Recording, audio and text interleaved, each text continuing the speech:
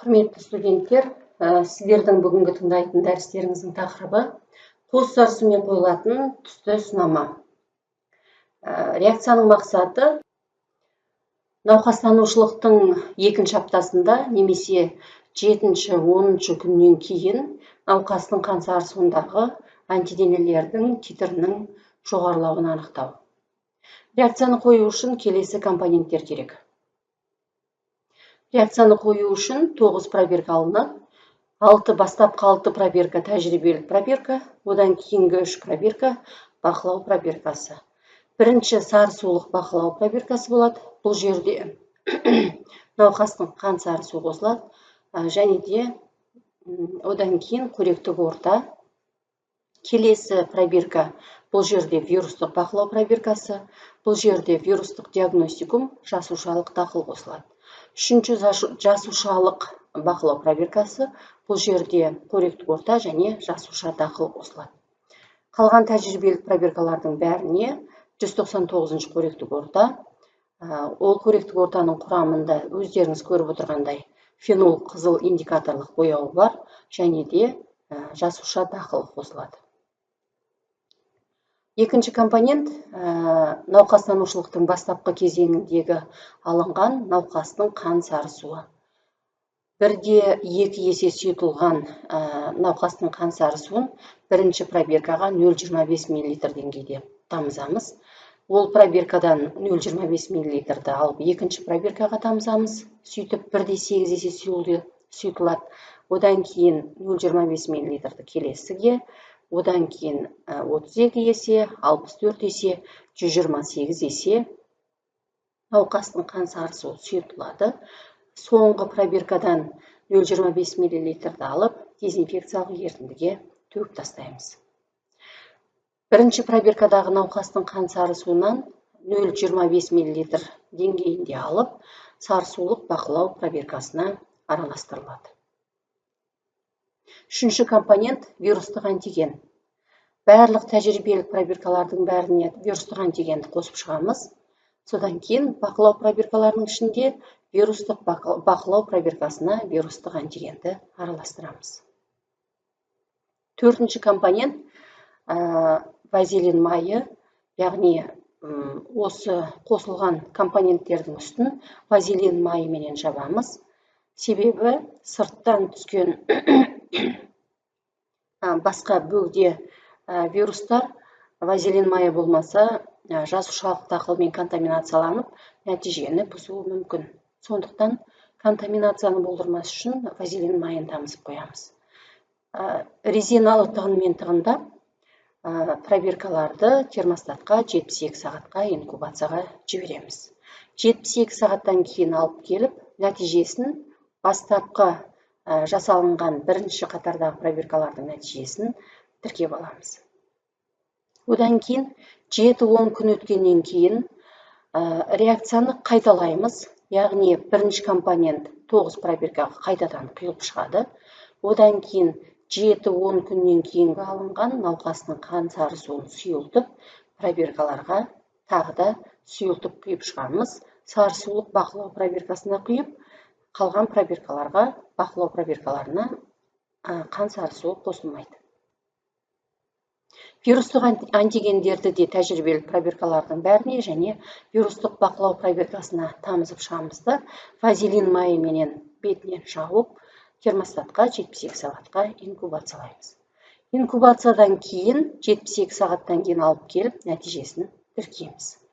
2 аптаның жасалынған нәтижесін бірге қарап отырып салыстырмалы түрде салыстырамыз. Яғни сіздер көріп отырғандай, бірінші аптада бақылау пробиркаларына көңіл аударатын болсақ, сарысулық бақылау және жасушалық бақылау пробиркаларында бізде қоректік ортаның бастапқы қызыл индикаторлық бояуының түсі сарыға қарай өзгергендігін көріп отырмыз. Механизмін түсіндіретін болсақ, неге бұлай өзгергендігін. Яғни сарысулық бақылауда қосылған компоненттерді естеріңізге түсірсеңіздер, бұл жерде науқастың қан сарысуы болған, және де жасушалық дақыл болған. Вирустық компонентті біз бұнда қосқан жоқпыз. Жасушалық бақылау пробиркасына да біз тек қана жасуша дақылын қостық, және де және де қоректік ортаның құрамындағы индикаторлық бояу болған. Басқа компоненттер жасушалық бақылауға қосылған жоқ. Яғни бақылау пробиркаларында вирус болмағандықтан антидене, науқастың сарысуындағы антидене жасушаларға ешқандай зияндық келтірмейді, зақымдамайды. Нәтижесінде жасушалар тірі күйінде қалады. Тіршілігін жалғастырып жатқан жасушалар, олар бастапқы жағдайдағы сілтілі ортаны, яғни фенол қызыл сілтілі ортаны қышқыл ортаға қарай өзгертеді. Нәтижесінде қоректік ортаның түсі сары түске қарай өзгереді.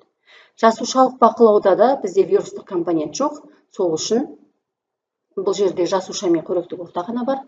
Жасуша қоректік ортада емін-еркін өсе береді. Ешқандай зақымдайтын вирус жоқ. Сондықтан жасушаның метаболизм процесі кезінде сілтілі орта қышқылға қарай өзгереді. Енді тәжірибелік пробиркаларға қарайтын болсақ, бірінші пробиркада 1,4 есе сұйылған пробиркада және де 1,8 есе сұйылған пробиркаларды қарасаңыздар, екеуінде біз қоректік ортаның түсінің сарыға қарай өзгергенін көріп тұрмыз.